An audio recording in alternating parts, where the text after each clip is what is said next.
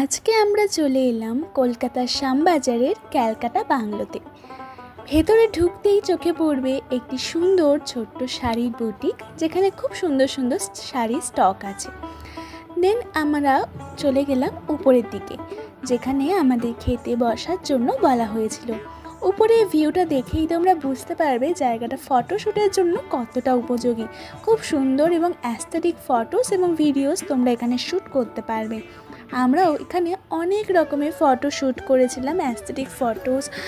আর হ্যাঁ, তো সেগুলো আমি তোমাদের সাথে কিছু শেয়ার করব, আর সাথে শেয়ার করব এখানকার ভেতরের এন্টায়ার ডেকোরেটার্স।